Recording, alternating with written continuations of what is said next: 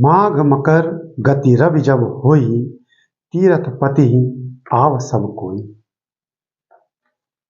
यह दोहा रामचरितमानस के बालकांड से लिया गया है।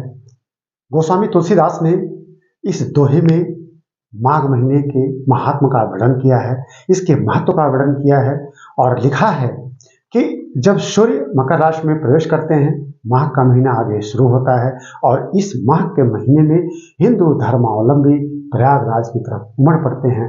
प्रयागराज में सनातनियों का जमावड़ा शुरू हो जाता है और इस माघ महीने में पवित्र संगम में, प्रयागराज के संगम में जो श्रद्धालु डुबकी लगाते हैं, भगवान का स्मरण करते हैं, भगवान विष्णु का स्मरण करते हैं, भगवान कृष्ण का स्मरण करते हैं, उन्हें अक्षय फल प्राप्त होता है।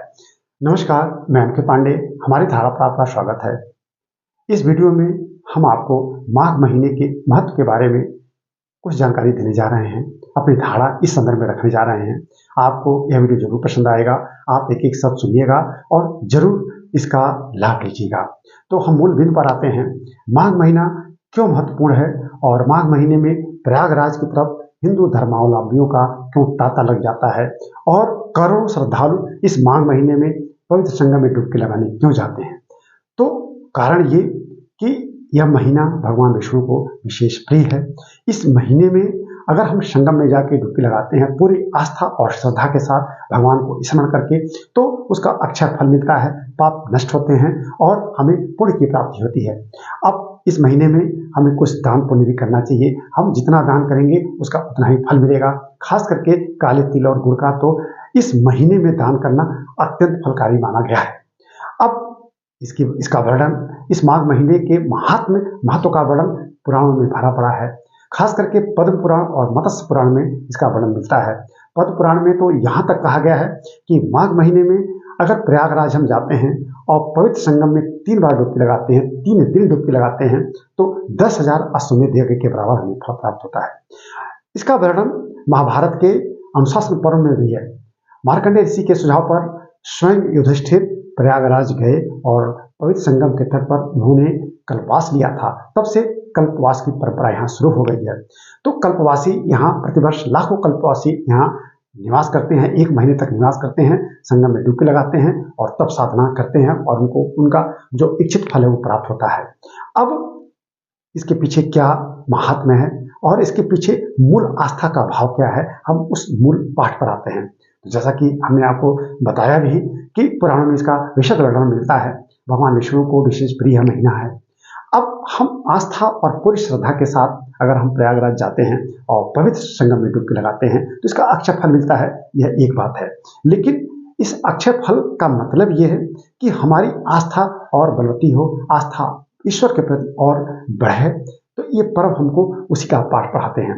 अब इस पर्व के पीछे जो महत्व बताया जाता है कि इस पर्व के दौरान, यानी इस महीने के दौरान अगर हम प्रयागराज में जाते हैं और पवित्र संगम में डुबकी लगाते हैं तो हमें अक्षय फल की प्राप्ति होती है, हमारे पाप नष्ट हो जाते हैं। इतना सोच के ही हमारी ईश्वर के प्रति, हमारी भगवान के प्रति आस्था बढ़ जाती है, उस संगम के प्रति हमारी आस्था बढ़ जाती है, उस प्रयागराज तीर्थ के प्रति हमारी आस्था बढ़ जाती है और तमाम हमारे ऋषि महर्षियों के प्रति हमारी आस्था बढ़ जाती है। हमारे हृदय में ईश्वरीय आस्था जितनी प्रगाढ़ होगी, हमारा मन उतना ही पवित्र होगा। ऐसे पर्वों का यही मतलब भी है। हम इस आस्था के साथ, इस श्रद्धा के साथ अगर हम प्रयागराज जाते हैं और पवित्र संगम में डुबकी लगाते हैं तो निश्चित रूप से उसका अक्षय फल हमें मिलेगा। लेकिन सिर्फ स्वार्थ बस कि चलो भाई हम भी चलते हैं, डुबकी लगा लेते हैं, देखें क्या मिलता है, तो इस तरह से आस्था का फल नहीं मिलता है। हाँ ठीक है, हम जितने भी आस्था लेके जाएंगे उसका कहीं न कहीं कुछ न कुछ तो फल अवश्य हमको कहीं न कहीं उसका फल मिल जाएगा और हम समझ नहीं पाएंगे। लेकिन पूरी आस्था के साथ हम जाते हैं, मनोकामना मन में है, तो कोई जरूरी नहीं है कि हम जो मन में पाले हैं मनोकामना वही पूरी हो। भगवान उससे भी कुछ अलग हटके और भी इच्छा दे सकता है, लेकिन फल तो मिलता ही है और पूरे काम का फल अवश्य मिलता है। तो यह महीना बड़ा ही पुण्यकारी है, भगवान विष्णु को प्रिय है, भगवान भोलेनाथ को प्रिय है। हमें संगम में डुबकी जरूर लगाने जाना चाहिए, उस पवित्र धरती के मिट्टी को माथे पर लगाना चाहिए। प्रयागराज तीर्थराज है और उस जगह पे इसी बहाने हमको जरूर जाना चाहिए। और माघ में तो करोड़ों लोग, करोड़ों श्रद्धालु पहुंचते ही हैं और वह आस्था का पर्व बन जाता है। तो बड़े संक्षेप में हमने आपके समक्ष अपनी बात रखी, अपनी धारणा रखी, माघ महीने के महत्व के बारे में अपनी धारणा रखी। आपको जरूर यह वीडियो पसंद आया होगा। अगर यह वीडियो पसंद आया होगा तो इसे लाइक और शेयर कीजिएगा, और अगर आपने हमारे चैनल को नहीं सब्सक्राइब किया है तो प्लीज कर लीजिएगा। हम इस वीडियो को ही बंद करते हैं। धन्यवाद।